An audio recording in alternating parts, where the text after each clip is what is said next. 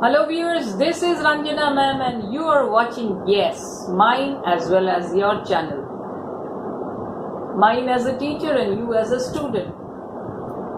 And this time I will discuss and try to dispel your doubts regarding has, have and had verbs, when to use them.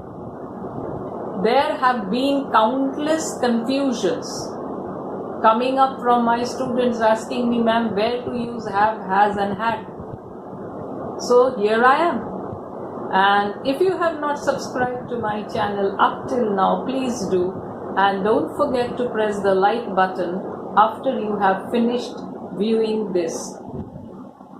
And now let's come back to what I was talking about. Yes, has, have and had. So when you get a blank with the word have in brackets, it can be have, it can be has, it can be had, any of them. So how will you know which one? That means in present tense, see, has and have both are your present tense. Then when do you use has and when do you use have? You use has when it is a case of third person singular number. That means he has, she has, it has, Rajiv has, Rahul has, Shreya has. So third person singular number. And in case you all have forgotten this singular number and third person, first person, second person, let me again start right from the beginning. In your pronouns, your first person, I and we, in the active voice. Achha. And second person, it's you in both singular and plural.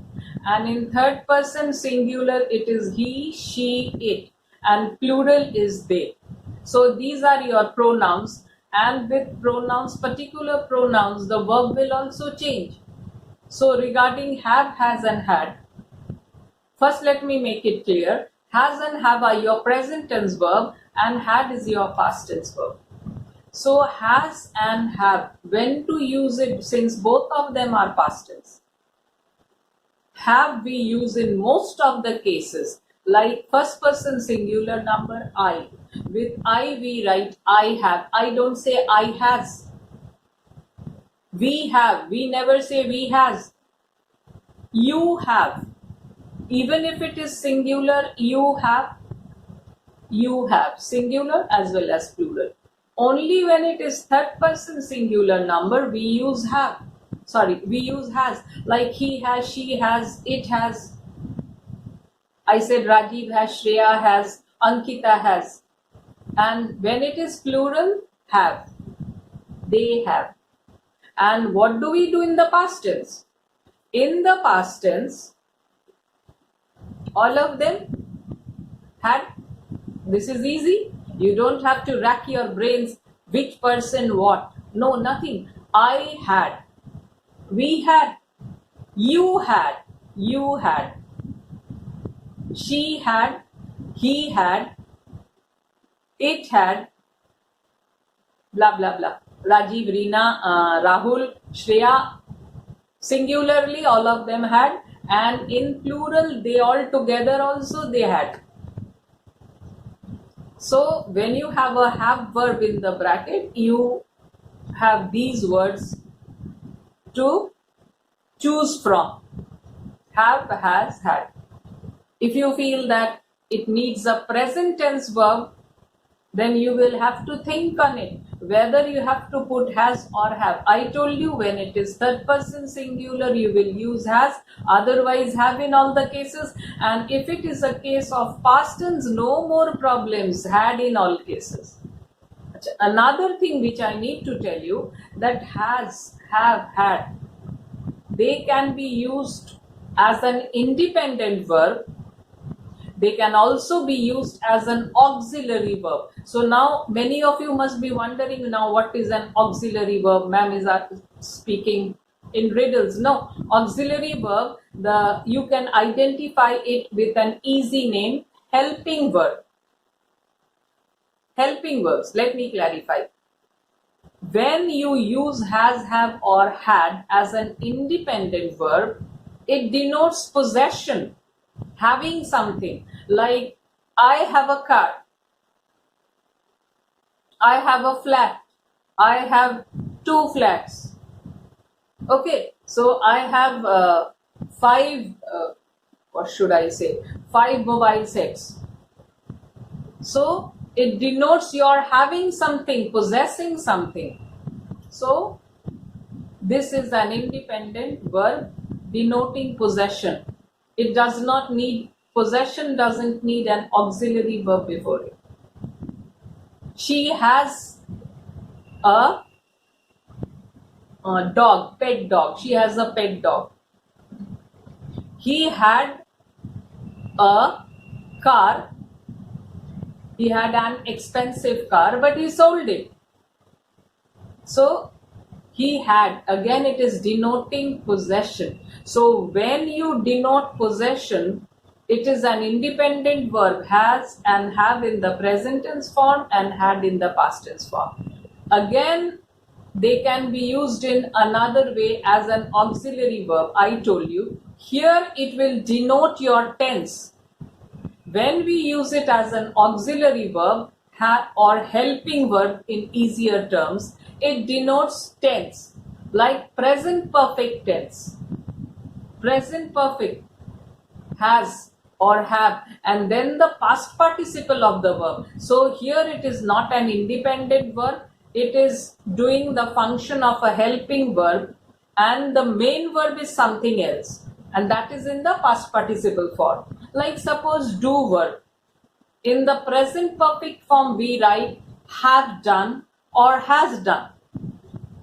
So here has or have, they are not acting as an independent verb, it is acting as an auxiliary verb because it is not denoting any possession. I have done my homework. He has gone for a walk. The go verb. Go verb, and in the present perfect form, you use has gone. And why has gone? Because the subject is he. So he has gone for a walk. I have done my homework. So these are in the present tense form, present perfect form. And in the past perfect form, we use had. And again the past participle form of the main verb. Like suppose it is break. The past participle form is broken. But you cannot use broken independently.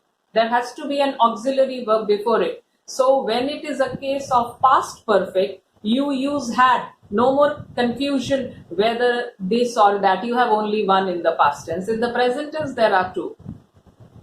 Has or have. In the past tense, only had for everything. So had gone, had done, had broken, had walked. So verbs, have verbs can be of two types. One, they function as an independent verb. It denotes possession, and when it works as an auxiliary verb, then it is about the tenses. It tells you about the tense. It functions as a present perfect or a past perfect verb and is followed by the main verb, which is in the past participle form.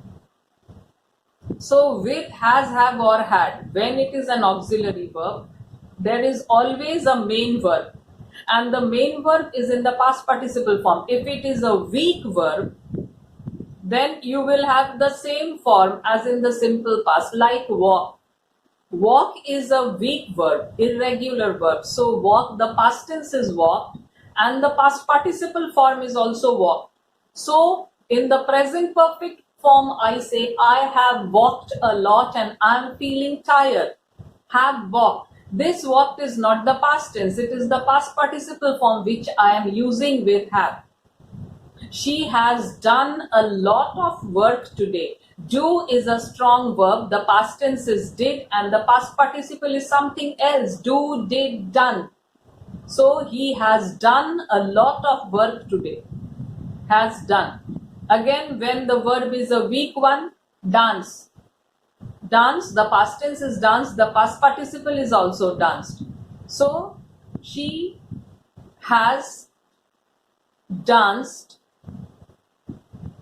splendidly. She has danced splendidly, or she has given a wonderful performance. Has given. So give is a strong verb. Give, gave, given. So when it is an has, have or had, when they are used as an auxiliary verb, their function is to denote the tense of the verb. Has or have, present tense. Had, past tense. And it is followed with a main verb in the past participle form. So these all will be helpful when you start solving your question 5A in your examination paper. Question 5A, if you remember, you are supposed to put it in the right form. The right form or the correct. So now I think you won't have any more problems, and when you solve has, have or had, when you get the verb have, you won't have any problems or any more confusion related to this. So if you have liked this video, if you feel that yes, this has served the purpose, then please press the like button, and I will be bringing some more videos on grammar, so just watch out for them, and let me bid you a very good time. Goodbye.